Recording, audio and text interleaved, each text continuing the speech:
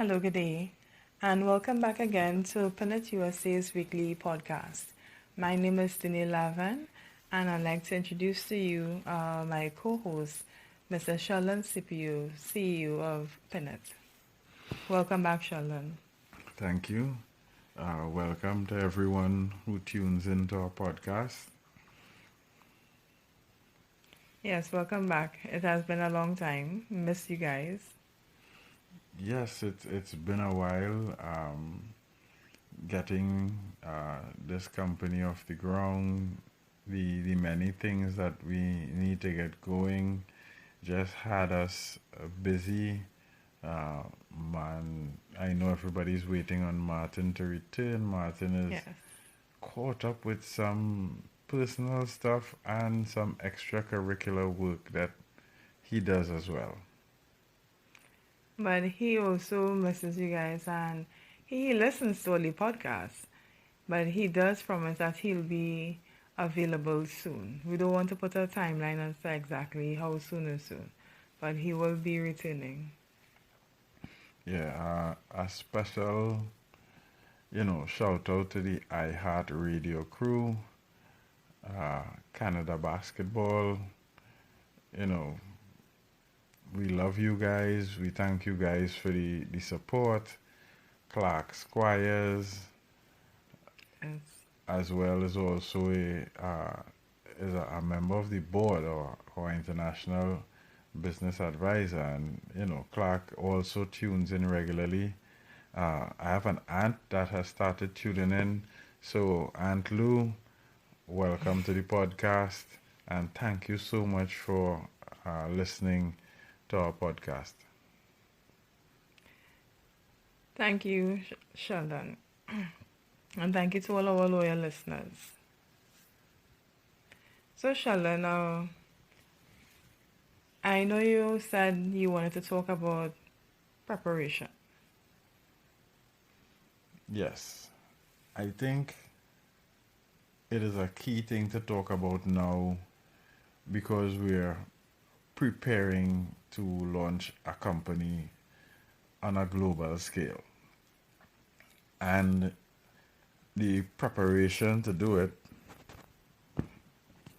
is something that has been key right now. And in the preparation, what it has brought to the fore of my mind is how much you need to prepare or rehearse anything that you want to do, with excellence to get mastery of it. And a company is, I always say, a living thing because the company is made up of people. And we need to rehearse because we need to be in sync with one another. Mm-hmm. And the company caters to people. We also sell the product service to people. So there's a lot of people interaction and reaction. And this is why the rehearsal is so important, the preparation. If we take a dance troupe and orchestra, they are going on tour preparing for their 2 months of shows. A comedian. The key to the show being the show that we see being, so well put together is that preparation. The stage managers, the people who bring out the props, the curtain guy, everybody. It's the preparation to get it done that gives us, the viewers, the consumers, the customers, this excellent product Yeah, that we are so appreciative of. correct. What most people don't see is the amount of preparation that, takes place. To just get each cue right, each actor, for each phase, for each scene, have to prepared firstly themselves by rehearsing the lines and envisioning the play, the end result that they want. It's the same thing here.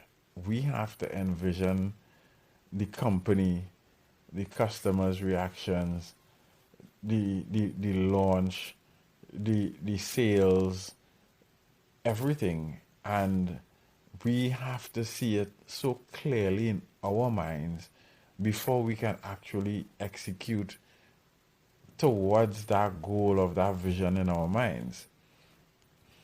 And that takes daily preparation.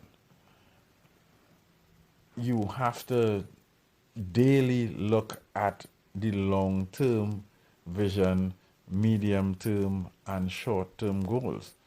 Because if you're not always mentally and physically being prepared to achieve and reach those goals, you're going to fall short, you're going to go astray, you go down the wrong path. And this makes preparation not just key, but something that you do every day, and it starts with you. A routine, how you wake up, how you prepare for your day. That feeds directly into how you prepare the work that you're going to do, and then your work is the company's work, so that says how the company is preparing. So having a routine, how you approach each day mentally, is very, very important. You know, you wake up, but the day is not going to, you can't let the day run itself. You have to run the day. So this is where your preparation really starts. You have to wake up and speak into the day for it to be a wonderful day. You can't let yesterday and yesterday's problems that you put aside to go to sleep leak into today and start the day on a bad note. Uh, Whether it is that you're driving to work and somebody gave you a bad drive, you can't bring the bad drive to work. You deal with it at that time and you put it away and you come to work with a positive mindset. This is what you're preparing for. Whether it is you wake up, you meditate, you listen to Joel Osteen, you listen to Les Brown, whatever you do, the first thing, that power hour of the morning is your preparation for your day. And it is probably the most essential hour of the day. Because if you don't prepare for a positive day, anything will derail your day and then you have a bad day. And then you do it tomorrow and you have another bad day, and before you know it, you have a bad week. All it may take is you with your bad week to infect the rest of the company to have a bad week as well. If you look at it as, I am having a bad day, so I deal with our customers in a not so friendly way, I lose a customer. I lose an account. Just because I didn't prepare myself mentally for the day. And then you have to look at yourself as you are an integral part of this company.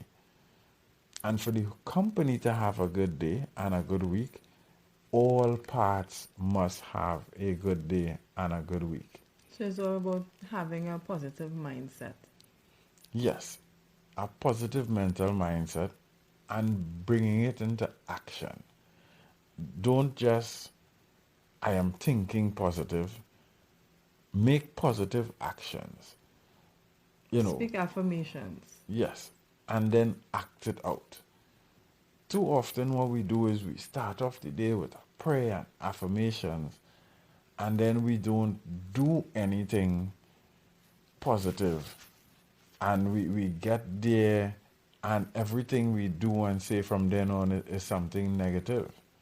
You know, whether it is just something positive as probably offering to make tea or coffee for your co-worker, whether it is just positively, you know, the regular guy who sells you pies or something, good morning, have a wonderful day. Just you blessing him with your words or her with your Yes. words is a positive action, and it makes you feel better and it makes them feel better. Now, what happens sometimes also during the course of the day, things may come up that might throw off that positive mindset. You know, you might hear some bad news, a co-worker, somebody in your family, what have you, but it's important to remain balanced, remain in that space. Understanding, yes, you're human and you may have a human reaction that might not necessarily be positive. But um, I remember listening to Joel Austin some time ago. It was an old scripture, but an old sermon, but you know, when you listen to something old for the first time, it's actually something new. And he was talking about you can be upset in a moment. Allow yourself, let's say, 2 minutes or 5 minutes to vent, get out to the right, cool, you get that out to your chest. Now move on. Let's press. So you don't stay in that sulky, upset, angry moment for a long time. You continue along your positive affirmations that you spoke out. And you have to speak what it is you want, what you want to see, what you want to happen. Speak and declare that, and not just say that, oh, well, that's just how it is. I can do nothing about that. You know, purposefully, just speak, declare, and most importantly, believe that what it is you're speaking is going to come to pass. Yes, that is very important because you can hear some people say, you know, something is going to happen and not believe it. You can hear in their voice that they don't believe it. And that translates into their actions. You see them work half heartedly because they don't believe it, or they're afraid to put themselves in that position. Or, you know, you hear some people saying that I'm going to start this restaurant. And to go to get the loans officer says, you know, you need collateral and you don't believe in your restaurant enough to put up your car. So the action, the positive action to go with the positive words would mean putting up your car. Yes, there's a risk, but this is your dream. How Everything has a are you risk. going to get your dream? A bigger risk is not putting up the car, never having the restaurant. You still hit the car, and now the car isn't working, and you don't have a car nor a restaurant. Yeah. So, yes, you have to prepare. In that case, preparing is, hey, I know I would need to put up this car as collateral or whatever the collateral is, but I'm prepared to work to make it happen. And therefore, I know I need to work some extra hours now. So I'm going to start to get a little fitter. I'm going to eat better. I'm going to adjust my times. I'm going to make a better daily plan. I'm going to stick to this daily plan. I'm going to start to read books. I'm going to start to do short courses. That is Yeah. preparation. If you're not preparing to be in that space, then when you get to that space, you can't function in the space and you can't hold on to your dream.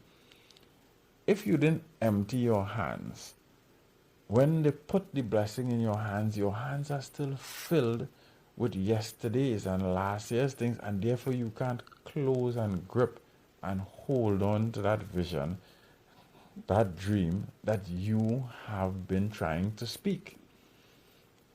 Too many times we are still with our old ways, old behaviors, old circles, and therefore we are not prepared to move on. So then I hear what you say, and I totally agree. So then it is safe to conclude that the greatest battles to conquer first is the mind, because that's where all your battles really happen.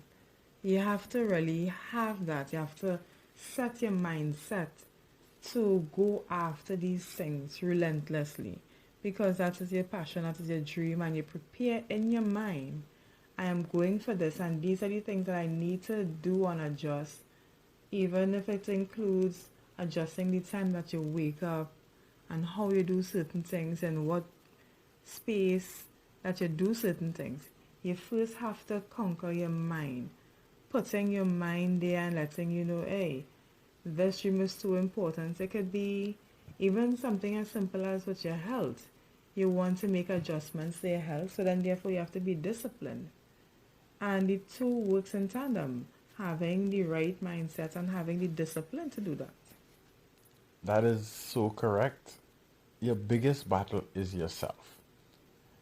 The hardest part of the battle in that preparation is being humble enough to say, I am not yet ready, but I'm going to start to get ready. And note what you need to do to get ready. Recently, I'm anticipating running our global company. So I took courses in marketing, in Amazon sales, in international marketing, finished the diploma today, because all of these things, and yes, we have a marketing arm. Yes, somebody's going to do it, but I want to understand what they do, and I want to be able to cohesively look at the whole business and understand it. Right? And there were so many lessons learned in doing this global marketing course. What marketing is, what it isn't, what is sales, and that we are always marketing. The company is always marketing. Everybody in the company is always marketing. You're always marketing. Every day, what you're doing is you're marketing the company, you're marketing yourself, Yeah. and that just brings back and reinforces how we would carry yourself, your deportment, how you would speak, how you would approach people online as well as in real life, in reality. So that is preparation. It puts me in our mental mindset and our mental frame that this is what we're doing, and this is the goal, this is what we're going for. And if I am not ready to sit in the seat, then why would I even have it? If you're not ready, if you didn't prepare to take the penalty by kicking 1,000 penalties in the past 2 weeks, then you're not going to be the penalty kicker for the World Cup. If you're not preparing, you're having a child, you have over 9 months to prepare to have this child. So Yeah. there is no reason the baby room is not ready. The house is not child proofed. There's no reason you're not accustomed with, you're not ready to wake up at night, that you don't have the right refrigerator and the right, etc. So that when the child comes, you can do the best to prepare for your child. And this is mentally, and as Daniel just said, the discipline.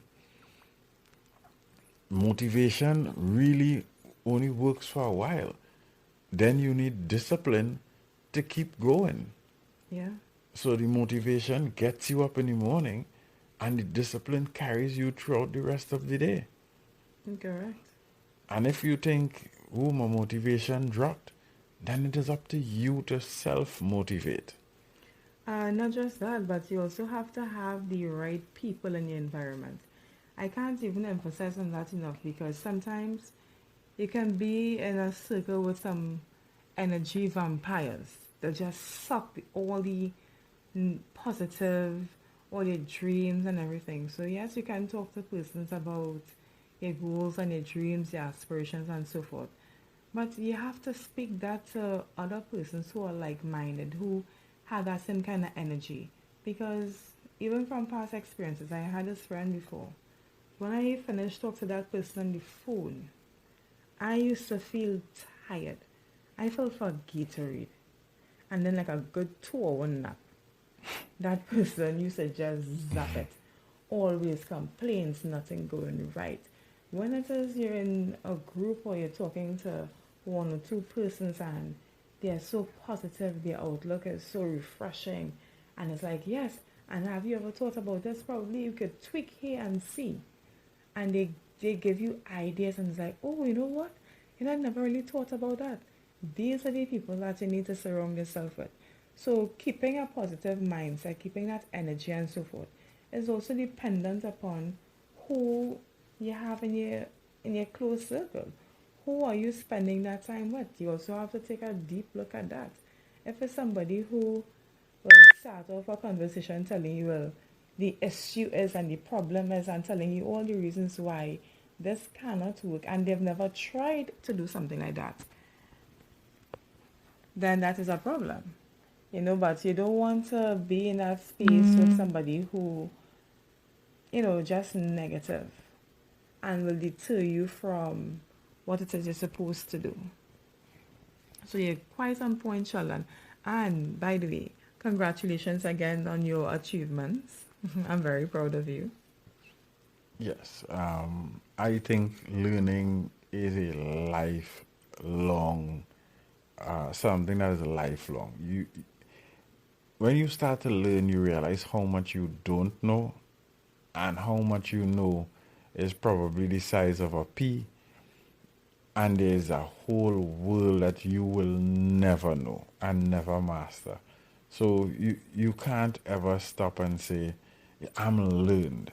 You may be learned in this aspect of this topic, of this wider subject, but you're not learned. I mean, you could be a pediatrician, and then they divide the whole pediatric into two different things, chronic diseases versus both. So you cannot finish learning. And if you want to, mastery, learn.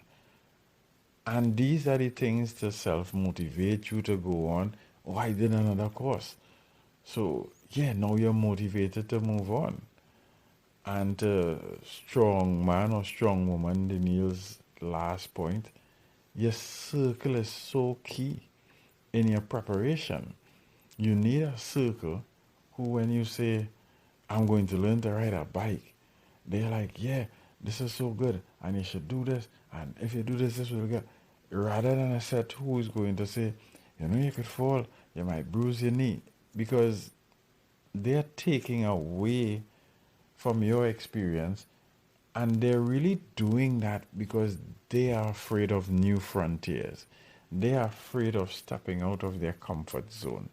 So they project that onto you, Yeah. and you can only carry so much of people's projections and fears before you adopt them.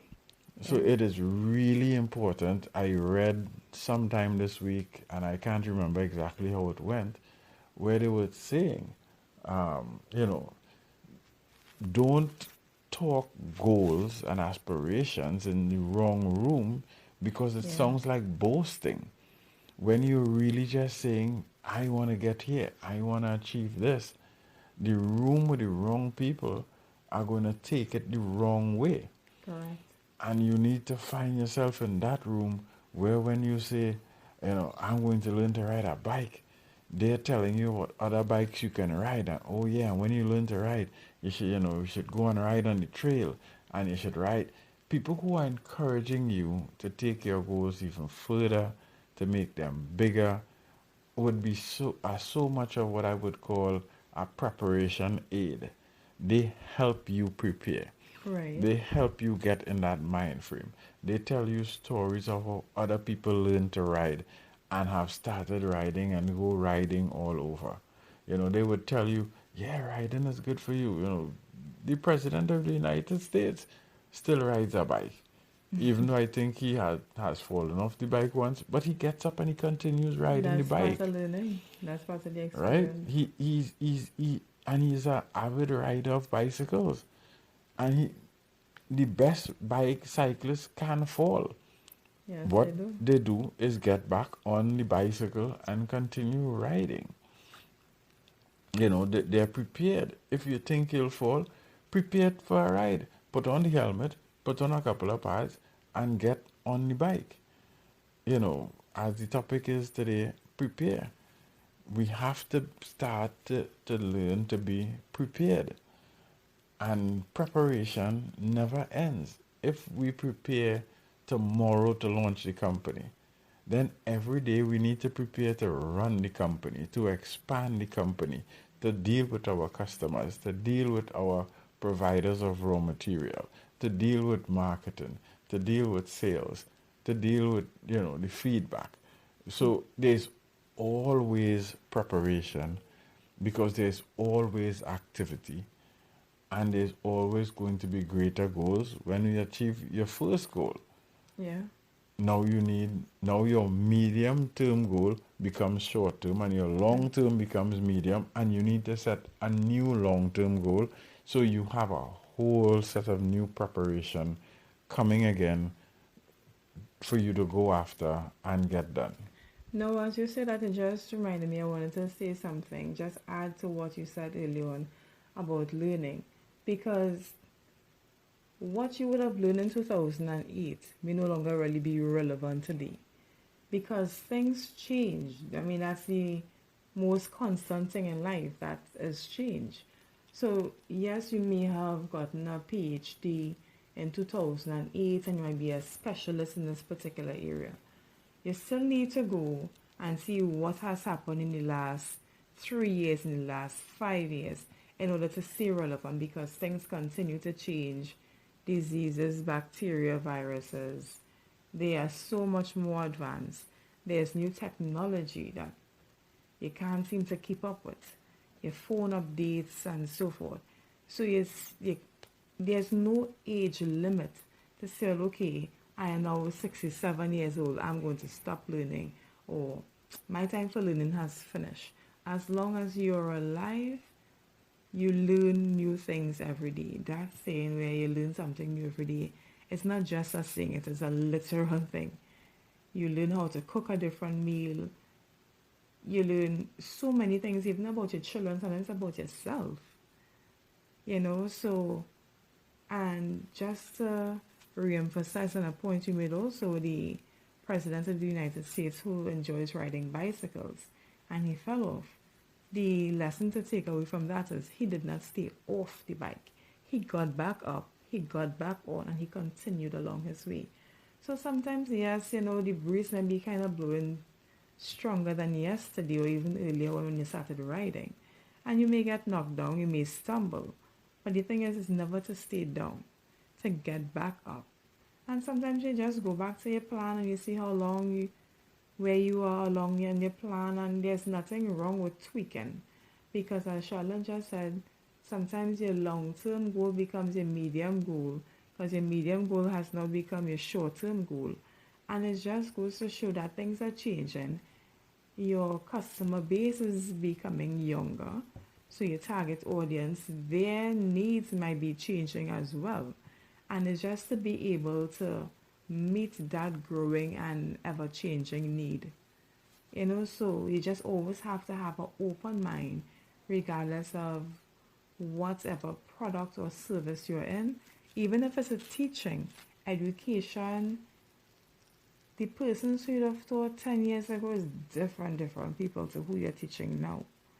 They are more vocal, they're not afraid to ask questions. Some of them might even challenge you because of the great YouTube or video or something their peers might have said. So personalities change and generations are changing.